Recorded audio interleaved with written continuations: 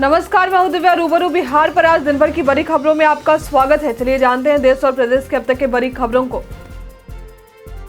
बिहार विधानसभा के 8वें दिन सदन में के पाठक के मुद्दे पर विपक्ष ने जमकर हंगामा जारी है। ऐसे में मुख्यमंत्री ने उनका बचाव करते हुए कहा है कि वो ईमानदार अफसर है, किसी की नहीं सुनते हैं, अपना काम ईमानदारी से करते हैं। विपक्ष ने कहा कि सीएम ने कल विधानसभा में स्कूल की टाइमिंग 10 से 4 बजे करने को कहा था, इसके बावजूद स्कूल का टाइमिंग नहीं बदला गया। विपक्ष इसी का विरोध कर रहा था। आगामी लोकसभा चुनाव को लेकर समाजवादी पार्टी और कांग्रेस में बात बन गई है। दोनों पार्टियों में गठबंधन के फॉर्मूले पर लगभग सहमति बन गई है। आज शाम तक सीट शेयरिंग का ऐलान हो जाएगा। इस संबंध में सपा अध्यक्ष अखिलेश यादव ने कहा है कि हमारे बीच कोई विवाद नहीं है, गठबंधन होगा, जल्द ही सारी चीजें साफ हो जाएंगी। बिहार के मुख्यमंत्री नीतीश कुमार आज बिहार विधानसभा में राजद जिंदाबाद कहने लगे। नीतीश कुमार ने कहा, हम सदन के अंदर ही नहीं बल्कि बाहर भी राजद जिंदाबाद कहते हैं। सीएम नीतीश बोले, आप लोगों को जितनी बार मेरे खिलाफ मुर्दाबाद का नारा लगाना है लगाइए, हम आप लोगों का जिंदाबाद करेंगे ताकि आप जिंदा रहिए। विदेश मंत्री एस जयशंकर ने संकेत दिया है कि अगर भारत से संपर्क किया जाता है तो वे रूस यूक्रेन युद्ध को समाप्त करने के लिए मध्यस्थ की भूमिका निभाने पर विचार करने के लिए तैयार है। हालांकि उन्होंने ये भी कहा कि नई दिल्ली का ये मानना नहीं है कि उसे इस मामले पर स्वयं कोई पहल करनी चाहिए। बिहार विधानसभा के उपाध्यक्ष महेश्वर हजारी ने अपने पद से इस्तीफा दे दिया है। विधानसभा की ओर से नोटिफिकेशन जारी किया गया है। इसी के साथ हजारी के मंत्री बनने को लेकर अटकलें लगाई जाने लगी हैं। इस्तीफे को लेकर महेश्वरी हजारी ने कहा है कि मैंने अपनी मर्जी से आला कमान को जानकारी में रखकर ये कदम उठाया है। पार्टी का एक समर्पित सिपाही होने के नाते पार्टी मेरे लिए जो भी निर्णय लेगी मैं करूंगा, गंभीरता और निष्ठा से निभाऊंगा। किसानों का दिल्ली कूच करने की घोषणा के तहत संयुक्त किसान मोर्चा के नेता और सदस्य मंगलवार सुबह से ही शंभू और खनौरी बॉर्डर पर रणनीति बनाने में जुट गए हैं। इसके तहत किसान कंक्रीट व भारी भरकम बैरिकेड तोड़ने के लिए बख्तरबंद भारी मशीनरी लेकर किसान शंभू बॉर्डर पहुंचे हैं। बता दें कि एसकेएम के नेतृत्व में 22 फरवरी को किसानों के 500 संगठन दिल्ली में अपनी मांगों को लेकर केंद्र सरकार के खिलाफ रणनीति बनाने के लिए मंथन करेंगे। विधानसभा सत्र के दौरान राज्य कैबिनेट की बैठक की गई है। इस बैठक में बीते मंगलवार को मुख्यमंत्री नीतीश कुमार की अध्यक्षता में कुल 35 एजेंडों पर मुहर लगी है। इस बैठक में सबसे बड़ा निर्णय बिहार वासियों को 5 लाख रुपए का स्वास्थ्य बीमा देने का है। इसमें करीब 58 लाख परिवारों को फायदा होगा। Player of the match Ravindra Jadeja की पहली पारी में 112 रनों की पारी ने उन्हें बल्लेबाजों के बीच 41वें से लेकर 34वें स्थान पर पहुंचा दिया है और मैच में उनके 7 विकेट में उन्हें गेंदबाजी रैंकिंग में 3 स्थान ऊपर उठाकर 6ठे स्थान पर पहुंचा दिया है। जडेजा ने ऑलराउंडरों की रैंकिंग में भी शीर्ष पर अपनी स्थिति मजबूत कर ली है, जो 416 से करियर के सर्वश्रेष्ठ 469 रेटिंग अंक पर पहुंच गए हैं। पूर्व सीएम और विधान परिषद में नेता प्रतिपक्ष राबड़ी देवी ने सीएम नीतीश कुमार पर अफसरशाही को बढ़ावा देने का आरोप लगाया है। तेजस्वी की जन विश्वास यात्रा पर राबड़ी ने कहा है कि सभा में भारी भीड़ आ रही है और कह रही है कि पलटू चाचा को हटाइए। पंजाब सरकार के चीफ सेक्रेटरी ने चिट्ठी लिखकर गृह मंत्रालय को अपना जवाब भेज दिया है। जवाब में कहा गया है कि Punjab and Haryana high court के 20 तारीख को दिए गए ऑर्डर अभी तक पंजाब सरकार को नहीं मिले हैं और न ही वेबसाइट पर इसे अपलोड किया गया है। ये कहना पूरी तरह से गलत है कि पंजाब सरकार बॉर्डर पर लोगों को इकट्ठा होने दे रही है। जदयू विधायक बीमा भारती को कॉल कर जान से मारने की धमकी दी गई थी। पुलिस ने आरोपी को राजस्थान के रावत भाटा से गिरफ्तार किया है। उसे सोमवार को पटना ले आया गया। मंगलवार को उसे न्यायिक हिरासत में बेऊर जेल भेज दिया गया है। आरोपित के पास से धमकी देने के प्रयुक्त मोबाइल बरामद हुए हैं। उसने इंटरनेट से नंबर निकालकर विधायक को कॉल किया था। कांग्रेस सांसद राहुल गांधी ने बुधवार को भाजपा के नेतृत्व वाले केंद्र पर दलितों और अन्य पिछड़े वर्गों, जो जनसंख्या का 90% है, उनके लिए पर्याप्त नौकरियां पैदा नहीं करने और अपने राम राज्य में उनके साथ भेदभाव करने का आरोप लगाया है। भारत जोड़ो न्याय यात्रा के दौरान कानपुर के घंटाघर चौराहे पर एक जनसभा में उन्होंने कहा, ये कैसा राम राज्य है जहां पिछड़े वर्ग, दलित, आदिवासी और अल्पसंख्यक, जो कुल आबादी का लगभग 90% है, उन्हें नौकरियां नहीं मिल सकती। माननीय मुख्यमंत्री नीतीश कुमार ने बुनकर नेता कलेश्वर तांती के निधन पर गहरी शोक संवेदना व्यक्त की है। सीएम नीतीश ने कहा है कि बुनकर नेता कलेश्वर तांती गरीबों और वंचित तबकों की मदद करने के लिए हमेशा तत्पर रहते थे। वे जदयू पार्टी के सक्रिय सदस्य थे। उनके निधन से राजनीतिक और सामाजिक क्षेत्रों में अपूरणीय क्षति हुई है।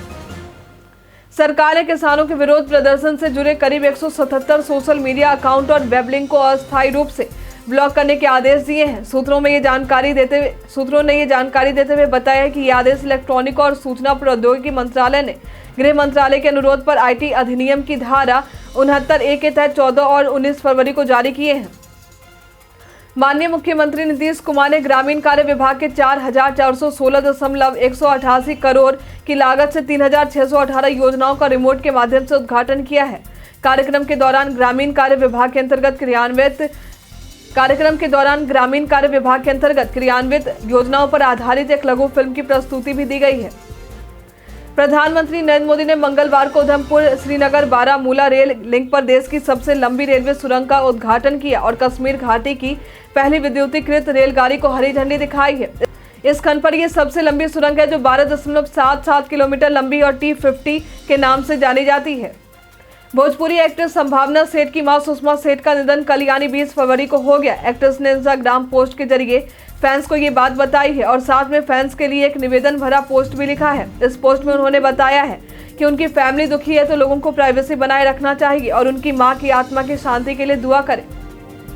मुकेश अंबानी के स्वामित्व वाली रिलायंस इंडस्ट्रीज और भारत के शीर्ष इंजीनियरिंग कॉलेजों की ओर से समर्थित एक समूह अगले महीने अपनी पहली ChatGPT जैसे AI सेवा शुरू करेगी। रिलायंस की मदद से बनाए गए इस AI मॉडल का नाम हनुमान रखा गया है। ये AI मॉडल 11 स्थानीय भाषाओं में काम करने में सक्षम होगा। तेजस्वी यादव जनविश्वास यात्रा पर निकले हैं ताकि पूरे बिहार में घूम कर लोगों से बात अपनी कह सके। जन सुराज पदयात्रा के सूत्रधार प्रशांत किशोर ने इस पर अपनी प्रतिक्रिया दी है। प्रशांत किशोर ने कहा है कि तेजस्वी यादव कोई भी यात्रा कर ले, इससे क्या हो जाएगा। नीतीश कुमार समाधान यात्रा पर निकले थे, इससे बिहार में कितने बदलाव आ गए, बिहार में किन समस्याओं का समाधान हो गया। विश्व भर में हिमाचल प्रदेश की पहचान पर्यटन राज्य के रूप में है। प्रदेश की GDP में भी पर्यटन का करीब 9% हिस्सा है। हिमाचल प्रदेश सरकार ने हर साल यहां आने वाले पर्यटकों की आमद बढ़ाने का भी लक्ष्य तय किया है। मुख्यमंत्री सुखविंदर सिंह सुक्खू का लक्ष्य है कि यहां हर साल 5 करोड़ पर्यटक खूबसूरत पहाड़ों का दीदार करने के लिए आए। साथ ही शिमला के मशहूर पर्यटन स्थल कुफरी के नजदीक हासन वैली में स्काई वॉक ब्रिज बनाया जाएगा। दिल्ली के मुख्यमंत्री अरविंद केजरीवाल ने कहा कि आज खुलेआम विधायकों को खरीदा जा रहा। हमारे विधायकों को 25 करोड़ रुपए ऑफर किए गए। करोड़ों रुपए के काले धन से विधायकों को खरीदकर खुलेआम सरकार गिराई जा रही है। धर्म से लोगों का विश्वास खत्म होता जा रहा है। चंडीगढ़ मेयर चुनाव में सुप्रीम कोर्ट ने बीजेपी के उम्मीदवार की जीत को खारिज कर दिया है, जिसके बाद आम आदमी पार्टी के उम्मीदवार को जीत मिल गई है। वहीं सुप्रीम कोर्ट के फैसले के बाद दिल्ली सीएम अरविंद केजरीवाल ने विधानसभा में जमकर भड़ास निकाला। उन्होंने सुप्रीम कोर्ट के इस मामले में जमकर तारीफ की तो वहीं देश की तुलना पाकिस्तान से करते हुए कई बीजेपी नेताओं को कुकर्मी कहा है।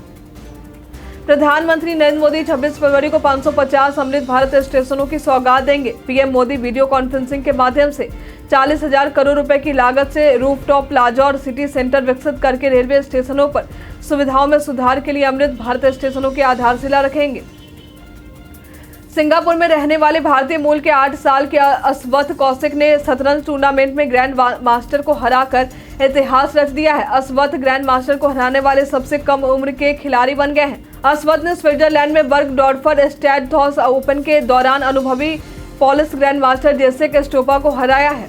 भारतीय स्टार बल्लेबाज विराट कोहली इंग्लैंड के खिलाफ सीरीज में नहीं खेल रहे हैं। पूर्व कप्तान हाल ही में दूसरी बार पिता बने हैं और इन दिनों ये लंदन में है। इस बीच युवा बल्लेबाज शुभमन गिल ने खुलासा किया है कि विराट कोहली की अनुपस्थिति में टीम का हर एक खिलाड़ी प्रभावित हुआ है।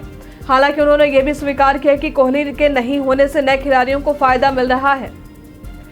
CBSE द्वारा 10वीं और 12वीं की परीक्षा प्रारंभ कर दी गई है। बोर्ड द्वारा मुख्य विषयों में 12वीं की अंग्रेजी की परीक्षा 22 फरवरी को राजधानी के अधिकांश केंद्रों पर आयोजित की जाएगी। परीक्षा 10 बजे सुबह से शुरू हो जाएगी। उसके पहले परीक्षार्थियों को परीक्षा केंद्र पर पहुंचना होगा।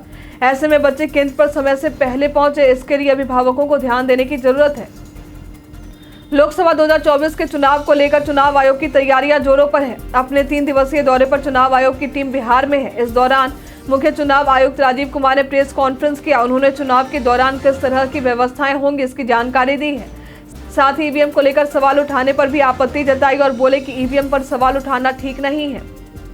आगामी लोकसभा चुनाव के लिए AIMIM के अध्यक्ष असदुद्दीन ओवैसी ने तैयारी शुरू कर दी है। उनकी पार्टी हैदराबाद और औरंगाबाद के साथ ही बिहार, उत्तर प्रदेश, महाराष्ट्र, झारखंड और पश्चिम बंगाल में अपने उम्मीदवार उतारने का मन बना रही है। AIMIM का फोकस इन राज्यों के उन मुस्लिम बहुल इलाकों पर है जहां से पार्टी को जीत मिल सके। बॉलीवुड एक्टर विक्रांत मैसी इस समय अपनी फिल्म 12th फेल की सक्सेस को एंजॉय कर रहे हैं। थिएटर के अलावा फिल्म को OTT प्लेटफॉर्म पर भी काफी पसंद किया गया है। उन्हें लीड रोल के लिए सोशल मीडिया पर खूब सराहना भी की जा रही है। लेकिन इसी बीच उनका एक ऐसा पुराना ट्वीट भी वायरल हो रहा जिस वजह से एक्टर को माफी मांगनी पड़ गई। ये ट्वीट कठुआ कांड से जुड़ा था और उन्होंने इसे एक विशेष विचारधारा को मानने वाले लोगों को टारगेट करते हुए लिखा था। फिनटेक कंपनी पेटीएम की मुश्किलें कम होने का नाम ही नहीं ले रही। अब पेटीएम मामले में सीबीआई की भी एंट्री हो गई है। बता दें कि पेटीएम पेमेंट बैंक के एक बड़े अफसर के घर और ठिकानों पर सीबीआई ने रेड डाली है। अब बढ़ते हैं आज के सवाल की ओर। आज का सवाल है, आप किस सोशल मीडिया प्लेटफॉर्म पर सबसे अधिक समय बिताते हैं? आप अपना जवाब हमें हमारे कमेंट सेक्शन बॉक्स में लिखकर जरूर बताएं। आज के लिए इतना ही। हमारे साथ बने रहने के लिए आपका धन्यवाद।